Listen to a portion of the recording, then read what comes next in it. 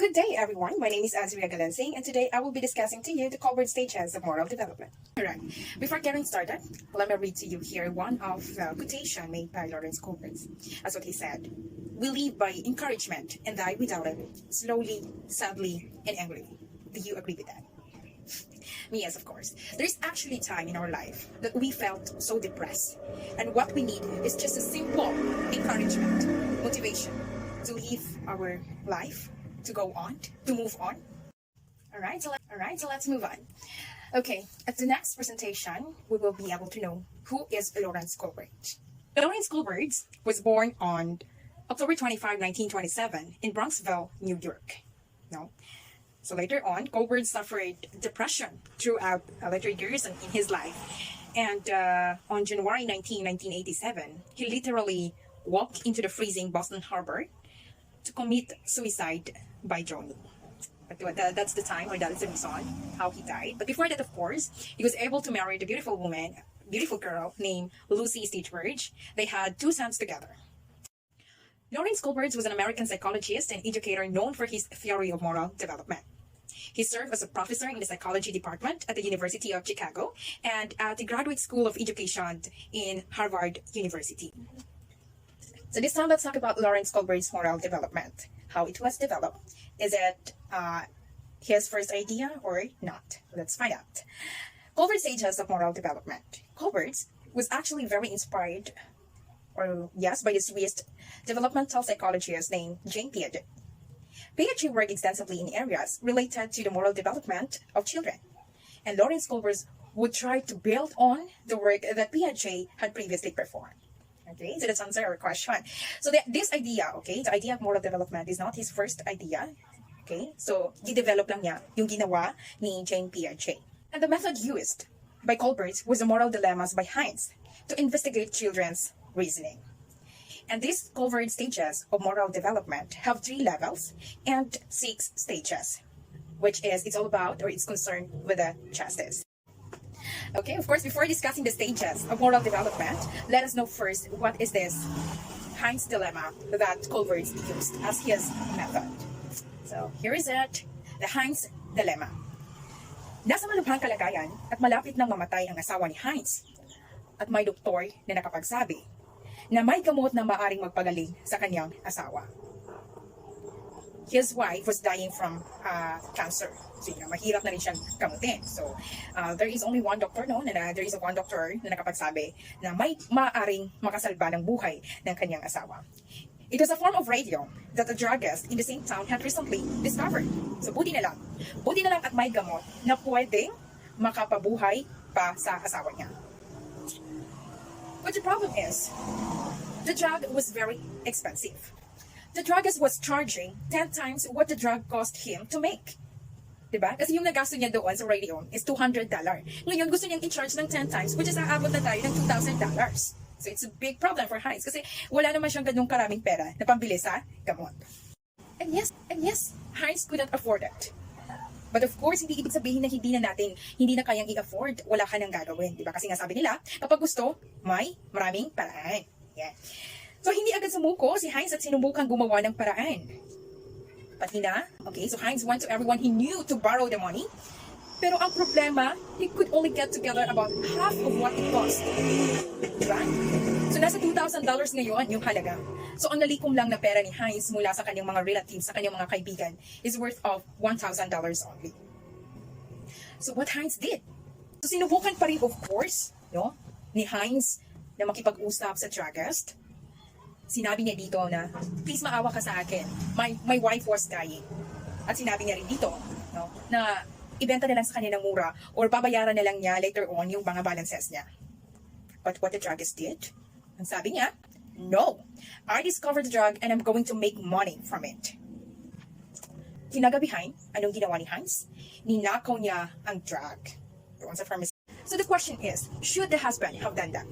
Or let's just say, kung ikaw sa kalagayan ni Heinz that time, gagawin mo rin ba yung ginawa niya? Nanakawin mo rin ba kaya yung gamot? So this time, I'll be needing your participation. So please write your answer on your scratch paper. Ayan. Pakilagay po yung sagot niyo sa scratch paper. If it is a yes or no, state why. Bakit mo siya nanakawin? Bakit hindi? Okay, so habang nag-iisip kayo, no? So matatapos niyo na rin yan. I actually prepared here some choices. This is actually 1 to 6 choices. Then kung tapos na yung sagot ninyo, i-level niyo na lang yung answer niyo dito. If it is 1 or 2 or 3, so on and so forth. Okay, so number 1, hindi dapat nakawin ni Heinz ang gamot dahil makukulong siya at mapaparusahan. Number 2, dapat nakawin ni Heinz ang gamot para maging maayos at masaya ang pakiramdam niya. Number 3, dapat nakawin ni Heinz ang gamot dahil isa siyang mabuting asawa at ito ang inaasahan sa kanya ng kanyang asawa. Number 4, dapat nakawin ni Heinz ang gamot pero okay lang na makulong siya dahil lumabag siya sa batas. Number 5, dapat nakawin ni Heinz ang gamot dahil mas mahalaga ang sumagip ng buhay kaysa sumunod sa batas. And number 6, dapat nakawin ni Heinz ang gamot pero hindi siya dapat makulong dahil hindi naman makatarungan na maparusahan ang isang tao dahil lamang sa pagliligtas ng isang buhay. Okay, so please level your answer and just write 1, 2, 3, 4, 5, or 6 sa kung ano, saan yung kaparehas ng sagot natin. And yes, later on, we will be able to know kung anong level na ba tayo. Malalaman mo yan sa sarili mo, but this is only according to Kohlberg, okay? Kung anong level na ba tayo ng moral development. Alright, so this time, let's talk about the moral development para naman malaman na rin talaga natin kung saan stage na ba tayo. Okay, when we talk about moral development, it focuses on how children develop morality and moral reasoning. When we talk about morality, ito yung kagandahang asal ng bata, ito yung kagandahang pag-uugali, and we talk about moral reasoning. Dito naman pumapasok yung pag-reason out natin. Ayan, kung paano tayo mag-isip pag mag-reason out sa tama or mali. Okay, so yan yung moral reasoning. Moral development of Kohlberg suggests 6 stages. It has actually 3 levels, and every level, it is composed of 2 stages. Ayan. The moral logic is primarily focused on seeking and maintaining justice. Actually, para kay Kohlberg, wala siyang pakialam kung sasagot ka ng yes or no, pero ang fino-focus niya is yung reason out mo. Bakit oo at bakit hindi. Kaya nga po, I want you kanina to state your reason why yes or why no. Okay. Kohlberg's theory is similar to how Piaget believed. Kasi itong si Piaget naniniwala siya that not all people reach the highest levels of cognitive development. And same with Kohlberg, ito rin yung pinapaniwalaan niya that not all people reach the highest levels of moral development. So hindi daw lahat ng tao umaabot sa level 3, which is a post-conventional. Bakit kaya? Okay, so yun nga yung pinaniniwalaan nila, no? Na hindi lahat ng tao umaabot sa level na ito. Kasi meron nga na, kahit ganito na yung edad ko, siguro may possibility na nasa level 1 pa rin ako mag-isip or nasa level 2 pa rin ako mag-reason out. Okay, next, of course, let us discuss here now the Kohlberg stages of moral development. So we have 3 levels. As I have said earlier, we have the pre-conventional, the conventional, and the post-conventional. Under the pre-conventional, we have the obedience and punishment. Number 2, the individual interest. Under the conventional level, we have the good interpersonal relationships. And the stage number 4, which is maintaining social order. And sa post-conventional naman, meron tayong social contract and individual rights. And the last stage, which is universal principle. Okay, so this time, we will gonna talk about what is this pre-conventional. Ano nga ba ang pre-conventional? Sino nga ba yung napapaloob dito? So according to Kohlberg, it is concerned primarily with the consequence on one's action.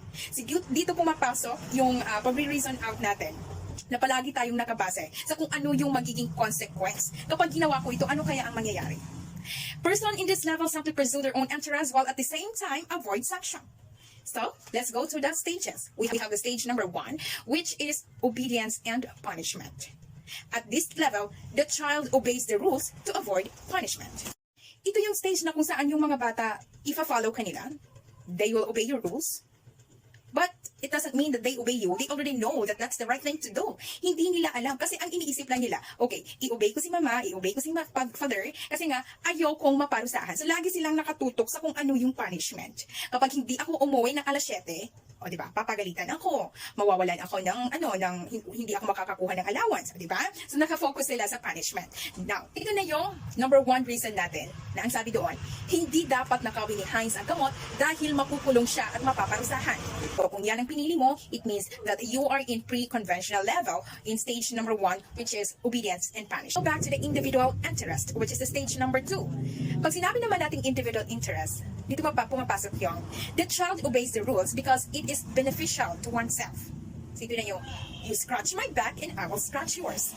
Sige, pakopyahin mo ako ng math, pakokopyahin kita ng English. Pero kung hindi mo ako pakokopyahin, hindi kita pakokopyahin. So this is the individual interest. Okay, so dito na pumapasok naman yung kay Heinz, Dilemma, no? Na yung ginawa nating reason na dapat nakawin ni Heinz ang gamot para maging maayos at masaya ang pakiramdam niya. So this is individual interest. So nanakawin niya yung gamot para mapalagay siya. Diba? Para mabuhay yung asawa niya, para maging masaya siya. Let's go to the level number 2, which is the conventional level of morality. At this level, the child is concerned more with societal relationship with emphasis on social conformity.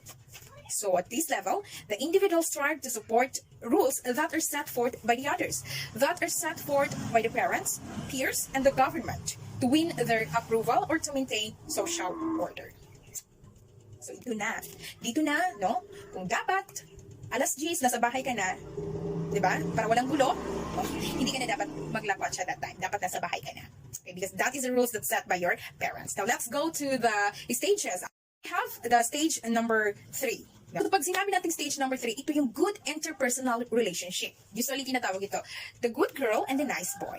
Diba? So, under this stage, no, it is concerned with the peer and group acceptance. It is characterized by a behavior that seeks to do that which gains the approval of peers. So ito na yung the reaction of the others somehow is the basis of decision making and behaviors. So for example, yung sa choices natin na sa stage number 3, dito napapasok yung dapat nakawin ni Heinz ang gamot dahil isa siyang mabuting asawa. Yes, he is a nice boy. At ito rin ang inaasahan sa kanya ng asawa niya na gagawin niya. Stage number 4, ito na yung maintaining social order.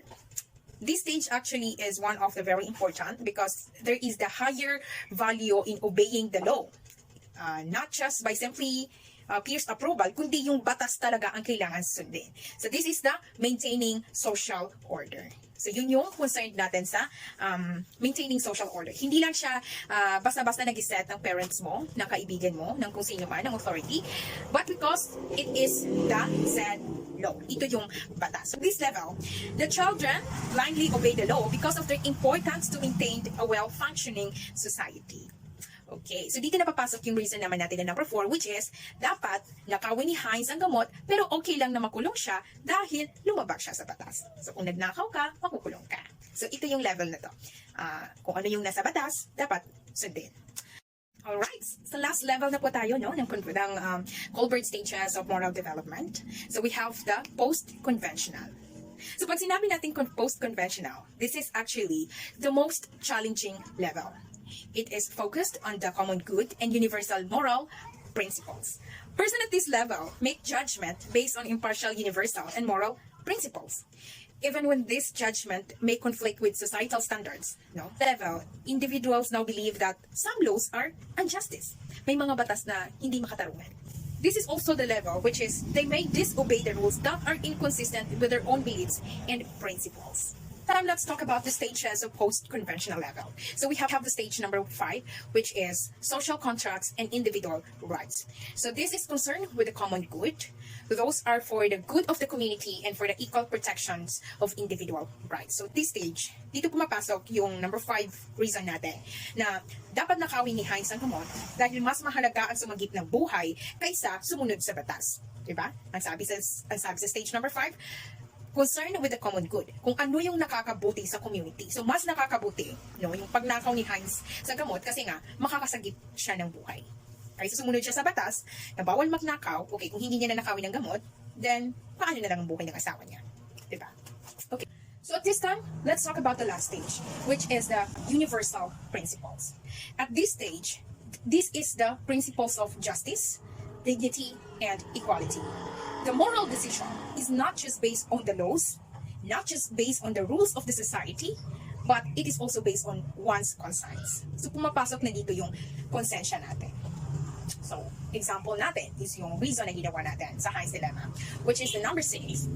Dapat nakawin ni Heinz ang gamot, pero hindi siya dapat makulong. Dahil hindi makatarungan, no, na maparusahan ang isang tao dahil lamang sa pagliligtas ng isang buhay.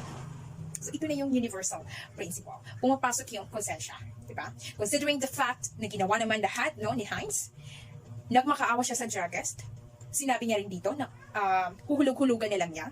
Pero, matigas yung druggist. Kung yan yung naisip mo na sagot, kung dyan ang level mo, no, kung dito nakamatch yung sagot mo, congratulations because you are one of the few. No? Kasi nga sabi po ni Kohlberg, hindi po lahat ng tao ay umaabot sa puntong ito. Hindi po lahat ng tao ay umaabot ang pagre-reason out sa level na ito, which is the post-conventional.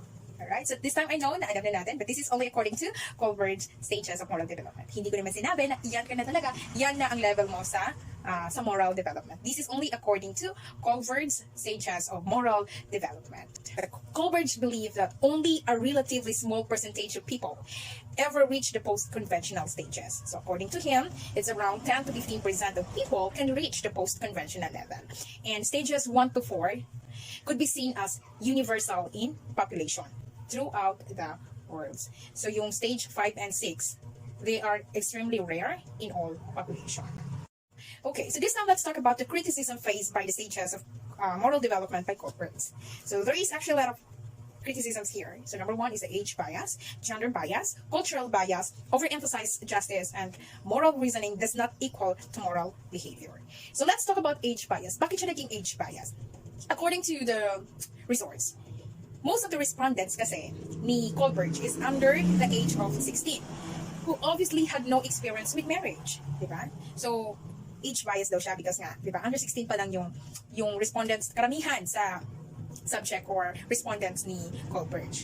The Heinz Dilemma may have been too abstract for these children to understand, considering the fact that hindi pa nga sila nakapag-asawa. So yun yung sabi nila, na hindi pa nila masyadong ma-relate yung sarili nila doon sa Heinz Dilemma. So number 2 is gender bias. It is gender bias because Kohlberg's critics, including Carol Gilligan, have suggested that Kohlberg's theory was gender bias since all of the subject in his sample were male. So yun yung ano daw kasi siya gender bias, no? Kasi nga, lahat ng sample niya, sa respondents niya were male. Ayun. So according to Kohlberg kasi, he believed that women tended to remain at the third level of moral development because weaker are placed a stronger emphasis on things such as social relationships and the welfare of others. So yun yung ano ni Kohlberg naman doon. Kaya niya hindi na sinali yung girl kasi mas nasa third level na daw tayo yung pag-reason out. So gender bias daw siya. Next is cultural bias. It is cultural bias. Individualist culture emphasizes personal rights, while the collectivist culture stressed the importance of society and community. So kaya siya nagiging cultural bias.